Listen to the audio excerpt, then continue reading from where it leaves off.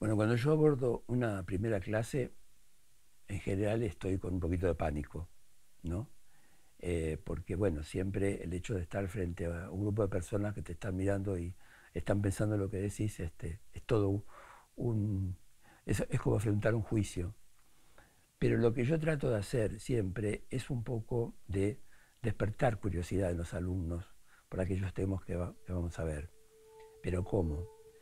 eh, a veces con frases inclusive indirectas, ¿no? Como yo sé que hay ciertas cosas que uno puede llegar a decir que son un poco indirectas, pero que hacen que el otro piense.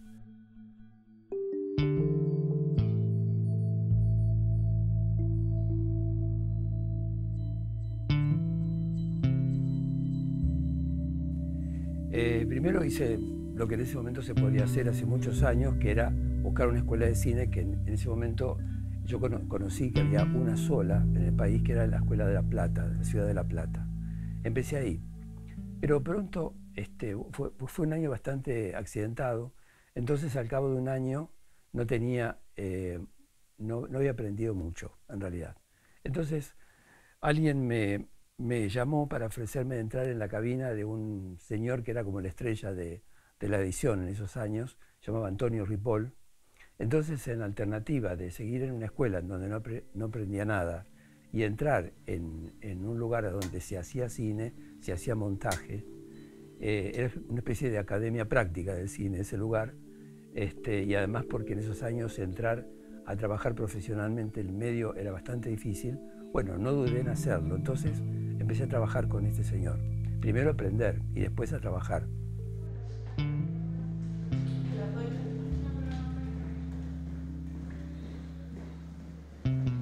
Bueno, fui madurando en ese hacer del montaje hasta que en algún momento empecé a tener miedo de las cosas que hacía, porque sentía que era muy osado, muy arriesgado en las decisiones que yo tomaba de montaje, y lo peor de todo, que la gente que trabajaba conmigo me dejaba hacerlo. Entonces ahí empecé a buscar a alguien que me socorriera en el tema, en varios temas, particularmente el de estructura dramática. Bueno, me fui a verlo a un director de teatro muy renombrado de aquella época. Le pedí que me enseñara algo de estructura dramática, pues yo percibía que en el teatro se manejaban esas estructuras a las que yo no tenía acceso. Y bueno, así empecé a apasionarme por el tema de estructura dramática.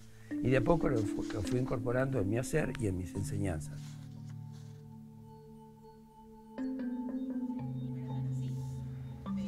Sí, por ahí con el efecto ese también los integrás a las dos situaciones. Como trato de convivir juntos todo eso. En el caso mío, en realidad no fue una iniciativa mía el hecho de comenzar a enseñar, sino que me convocaron precisamente de esta misma escuela, pero cuando estaba iniciándose, hace muchos años. ¿Qué pasó? Me llamaron y me gustó mucho enseñar. Y a partir de entonces me di cuenta que me gustaba compartir con los chicos, con los alumnos, eso que yo sabía y eso que yo estaba aprendiendo. Se vino para acá. Entonces, lo primero que nosotros tuvimos con Germán fue el editor, y yo lo supervisaba Germán.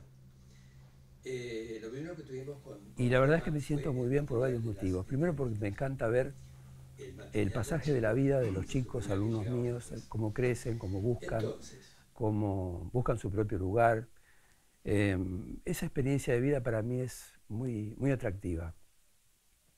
Después está el hecho de que, bueno, compartir un lenguaje al que yo tengo acceso y del que sé un poquito, es muy bueno porque también, en la medida que lo comparto, los chicos con sus preguntas y también con su experiencia, me enriquecen a mí. Entonces, en casi todas las clases hay alguna pregunta que me hace pensar y me lleva a reflexionar sobre lo que estoy dando. Primero, instalar el tema, ¿no? Obviamente, del bloqueo.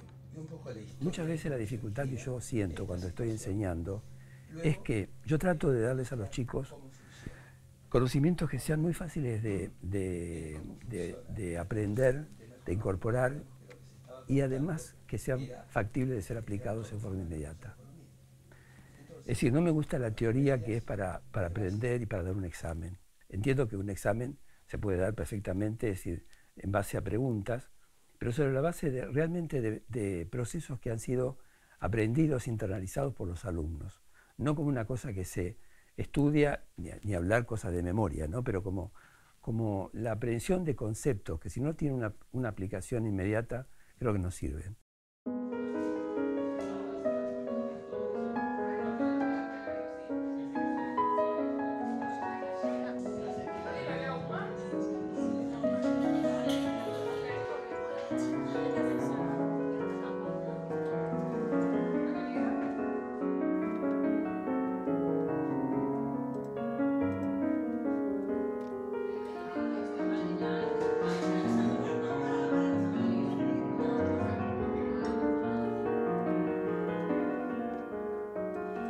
A mí me pasó, yo por ejemplo de chico estudié con un profesor de música que fue el mejor profesor de piano que hubo en la Argentina, Vicente Escaramuza, profesor de los grandes pianistas argentinos, ¿no?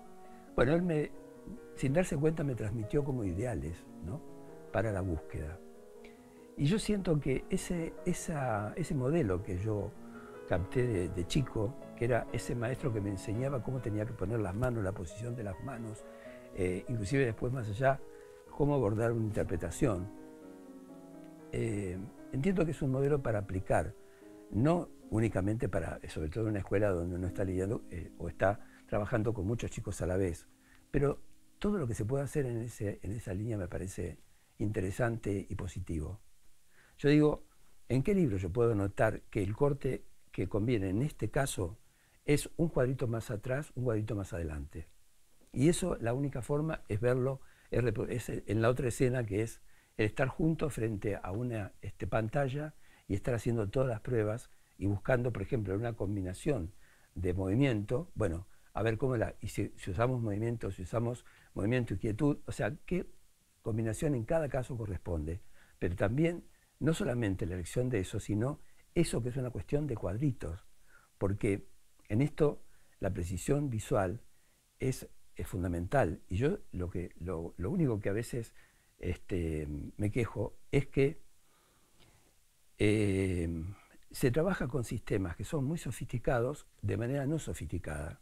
Entonces, yo veo que se hacen cortes mal hechos con un sistema precioso de trabajo, con una herramienta maravillosa, y se hacen mal. ¿Por qué? Porque no hay un criterio. O sea, la herramienta en estos casos supera a quien la está utilizando. Precisamente yo creo que lo importante es que haya esa entrega de conceptos al alumno, y que no son solamente conceptos en sí, sino que son también como conceptos y códigos visuales, entregárselo de esta manera, que es a partir de la práctica. Entonces, escribiendo, trabajando en cine, editando, lo que sea, yo creo que lo único que hay que tener es la confianza que le da a uno mismo el hecho de decir, bueno, estoy haciendo todo lo que puedo por esto.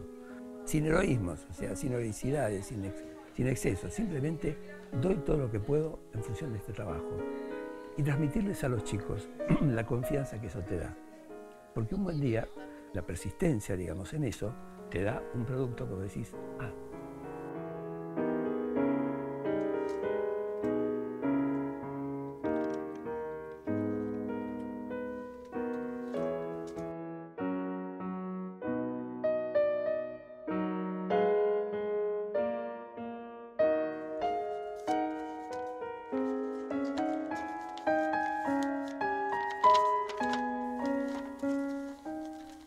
Bueno, frente a la pregunta de si hay alguna película en sí que que significó un momento especial para mí, y sobre todo un momento de aprendizaje. En realidad, casi todas las películas han sido momentos de aprendizaje. Porque en las películas en que me tocó la suerte de trabajar con directores o directoras que sabían lo que querían hacer, a veces sabían mucho más que yo, bueno, aprendía de ellos.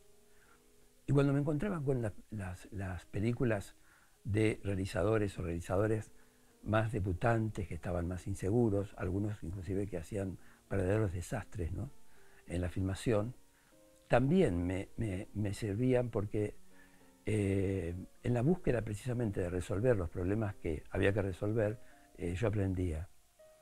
Y yo creo que en realidad todos los elementos, o sea, las películas nos dan elementos como para poder aprender.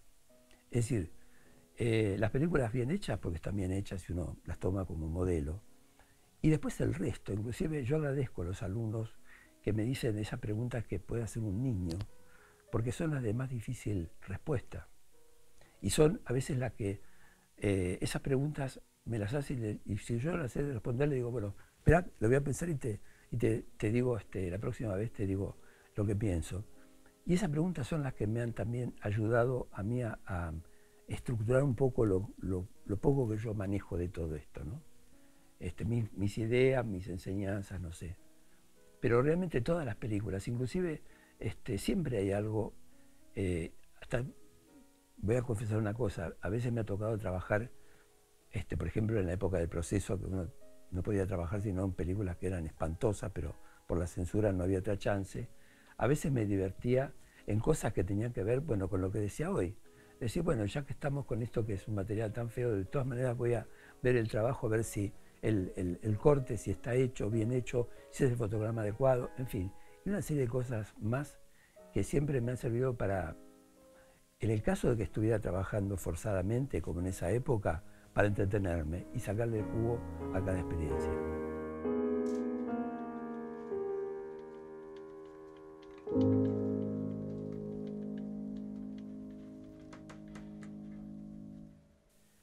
Bueno, la idea de cambiar algo en mi pasado, plantea así de repente, me confunde un poco. Quizás sola, si me encontrara conmigo mismo, pensaría, bueno, ¿qué podría cambiar? Pero la verdad es que a esta altura las experiencias de la vida no me... es decir, salvo algunas pérdidas bastante terribles que tuve, el resto considero que la vida me trató muy bien en general. Y sobre todo el camino que elegí, creo que, bueno, es el camino que yo podía elegir en todo caso. Haber pensado en otro podría haber sido una falacia o qué sé yo, una especie de idealización tonta de algo. En cambio, bueno, yo hice como todo el mundo lo que podía hacer. Y bueno, a veces haciendo lo que uno quiere hacer y lo que puede, obtiene mejores resultados de cuando se plantea algo que está lejos del alcance de uno, ¿no? Y creo que es importante recuperar y enseñarles a los chicos que los ideales no se pierden porque están en la necesidad misma del ser humano. Es decir, para ser, para sobrevivir, para alcanzar, para tener una meta, para soñar, para construirnos, para todo necesitamos ideales. Entonces, esas posiciones así escépticas o como, como desilusionadas de la vida son lo peor que podemos transmitir a los chicos. Yo siempre transmito, a propósito, digamos, de la estructura dramática, siempre deslizo, por ejemplo, hacia el pasar, como que la gente cuya lucidez consiste en decir que todo está mal me aburre, porque francamente es como una posición cómoda para retirarse a casa y no luchar. Entonces, cuando yo en un realizador cinematográfico percibo que a lo mejor cuenta una historia y nos expone frente a una situación terrible y dramática, pero está ofreciendo, digamos, una posibilidad de lucha, una posibilidad de salida, le agradezco infinitamente.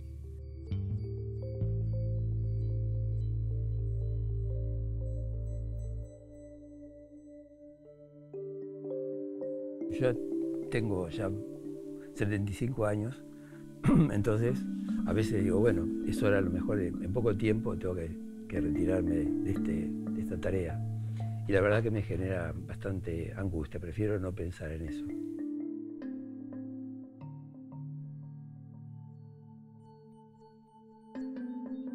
Simplemente el hecho de estar rodeado de gente joven, qué sé yo, compartiendo todo esto, a mí me renueva, me da mucha fuerza para la vida, ¿no?